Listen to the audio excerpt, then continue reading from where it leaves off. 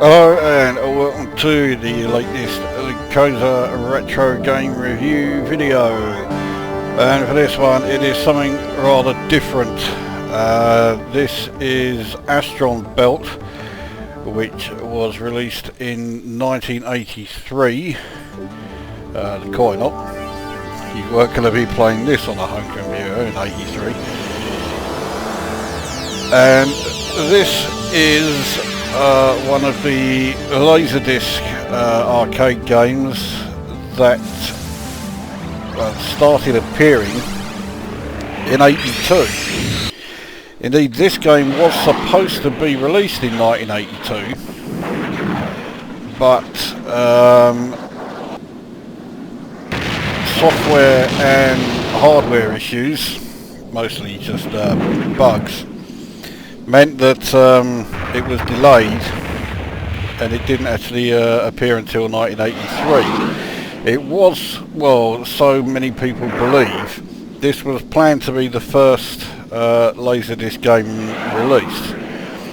Now, obviously that plan didn't work out. Dragon's Lair actually became, well, one of the first. It beat this to release. But there was another Laserdisc game. I can't for the life of me remember what it was. I'm hoping someone out there knows a bit about Laserdisc games will be able to tell me what the first game was. But there was one that beat even Dragon's Lair to it, which means this became the third Laserdisc game to be released. Laserdisc games tended to fall into one of two categories.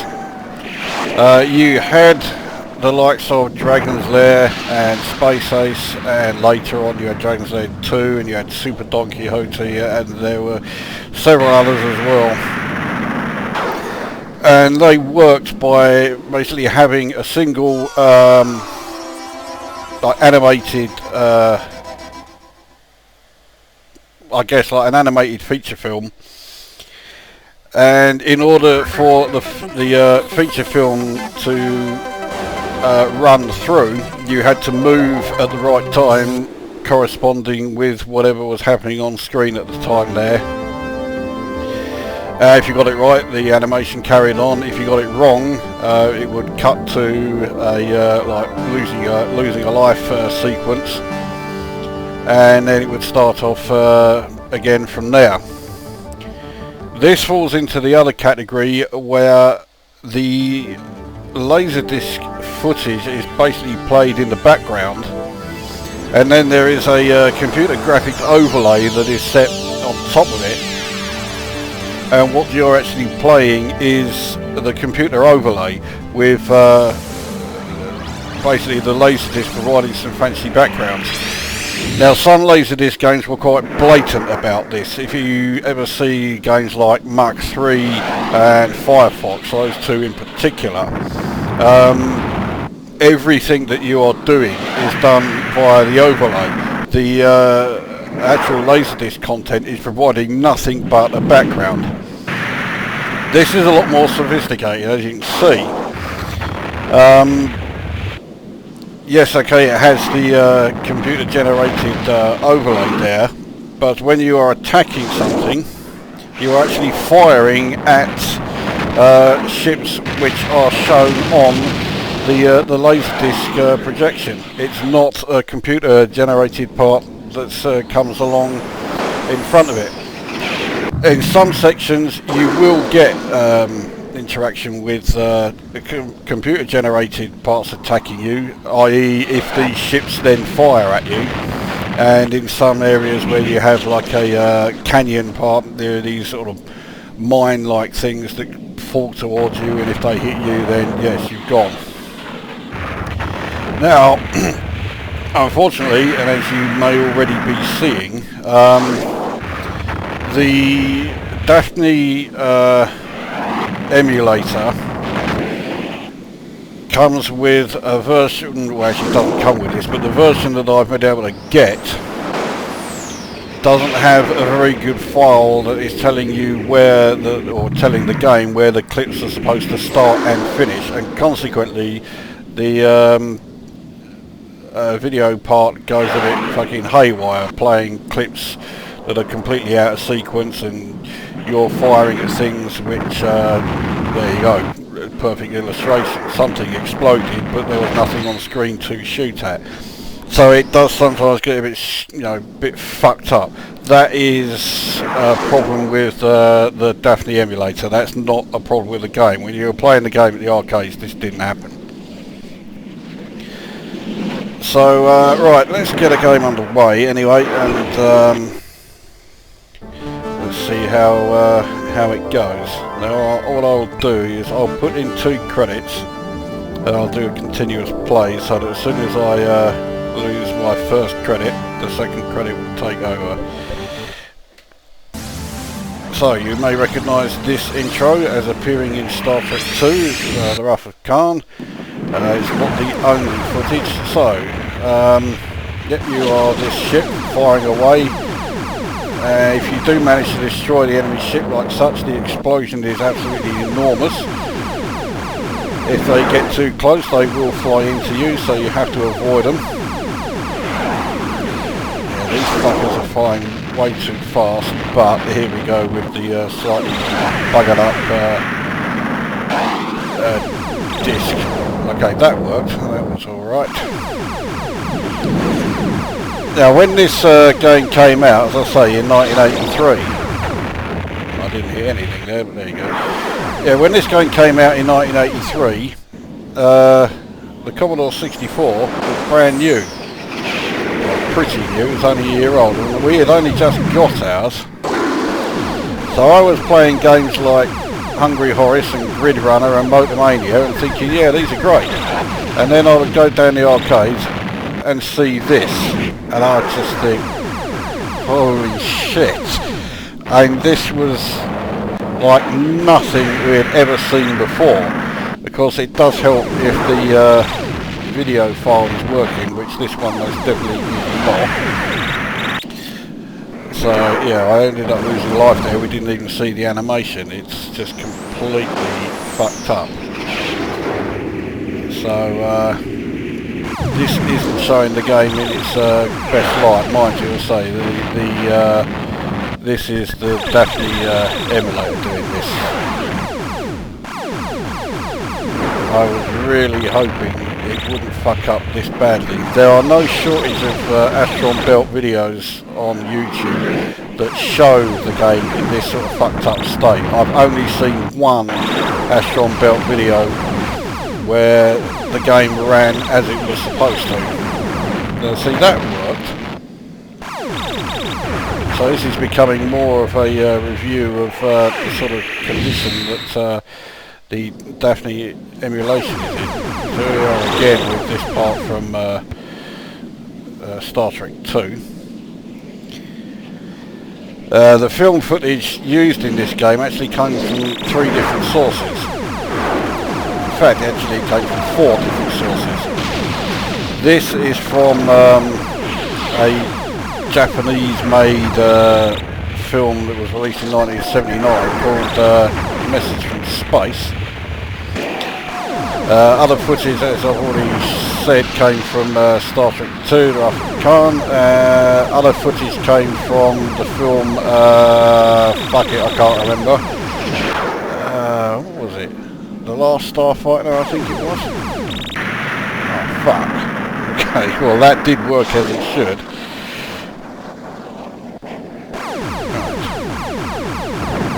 And then finally there is footage that was actually shot specifically for the game.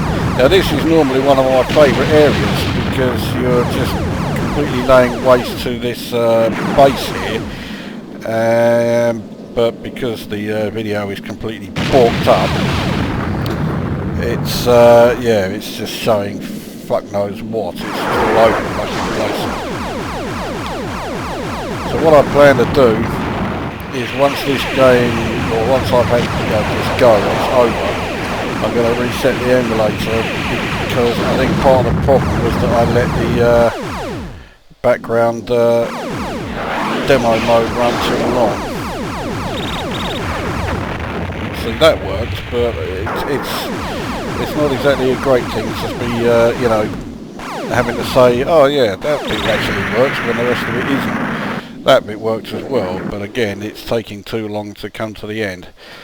So there we go, game over. Right, so let's, we'll escape from here. And then we shall start it up again.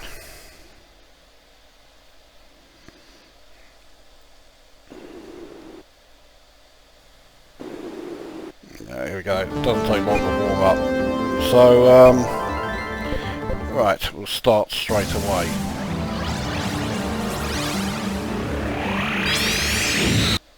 I think actually the other footage came from Battle Beyond the Stars, not the last Starfighter.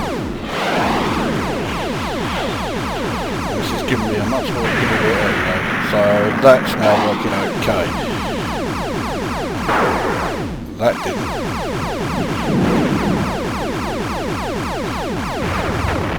Now the game has a slightly unusual format in that when you first start, that works fine, you have 60 seconds where you are completely invincible, you have unlimited lives, but once that time runs out and you enter the extended play mode, then you only have a set number of lives, which are dependent on how well you did during this stage here. You need to get a certain amount of score and you'll have either 2 lives, and if you've done really badly you'll just get the 1 life. So there we go. So it seems to be working a lot better now. Yeah. So what do I think of it? Well, okay, if ever there was a kind of video game that really did polarise opinion, it was the Laserdisc games. You either loved them or you hated them. I am a huge fan of this game. You fucker. I've always been a huge fan of this game. If I could own any arcade, sorry, that didn't look right. If I could own any arcade cabinet, it would be this. I think it's fucking superb, especially when it works. It's unbelievably ambitious, and to a degree they pulled it off. They managed to make a pretty decent shooter out of it. Oh yeah, well, our time started again because I continued. So yeah, I think it's a great shooter with some visuals that are just mind-blowing. Especially back in 1983, which, as I say, back then, I was playing the likes of Horace or Hungry Horace, fuck it, you know. And then you go to the arcades and you watch this. No, you fucker, when they are firing away at you like this, they are bloody difficult to avoid their shots. Thought I had them, but they flew into me. Now I've got the extended play, but I just about got away with that. What level is it giving me? Flying through their base again. This is fuck it. I've only ever once got that far, and I didn't last 5 seconds.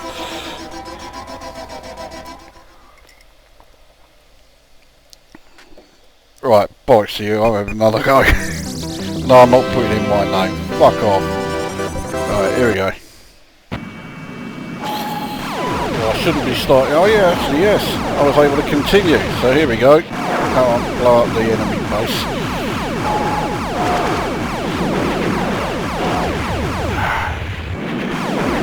See, now it's working okay. So why wasn't it earlier?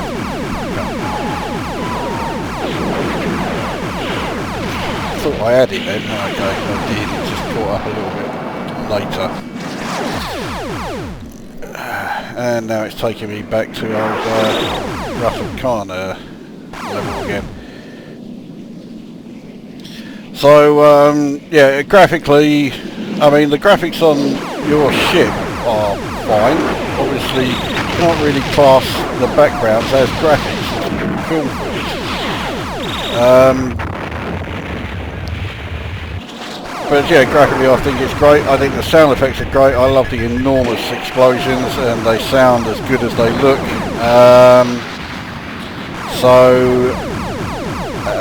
Gameplay wise, say the gameplay is where it really polarises opinion. You could see there that it wasn't working quite so well, because I shot that thing fuck knows how many times, and the explosion didn't come along till a lot later. Yeah, I hit them a couple of times as well. Right, so now we just stay there and destroy the base. This may not look like it's working okay, but it actually is. Just because the explosions are coming along really quick, that's not right. There's nothing there to hit, so this is where the timing on the file to tell the game which part of the video to play is just fucked up.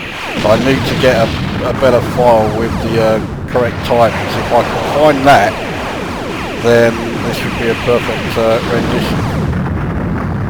Would it be a perfect emulation? So yeah, I will be more than happy about it.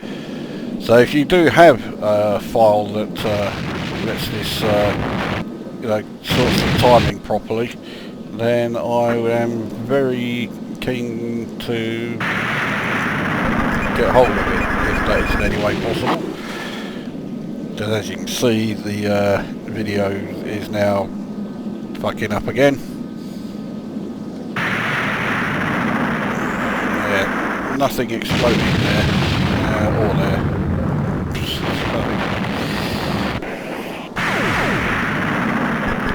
I don't think that was shooting them. I certainly didn't shoot anything there. So, yeah, well, that worked.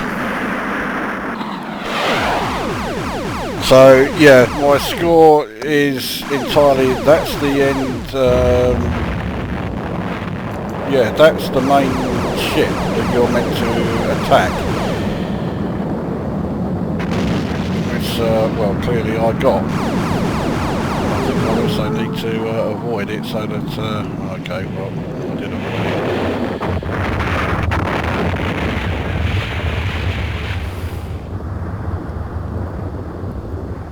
Okay, so that's level, well, that's destroyed the first boss, but it's saying that I should have another wave, which basically starts the game again. Now see, there, again, it works fine, that's how it should go, and there. So it's working again, but it doesn't stay working for very long, I'm afraid. So yeah, if any of you do have the correct file to make sure that the video footage in the background works as it should, then I am extremely keen to get hold of it if that is possible. Please. So there you go, Astron Belt. When it works, I think it's fucking superb. It's, well, I would score it 9.5 out of 10. I would score it a 10 out of 10 if I had a working version. If you weren't around at the time when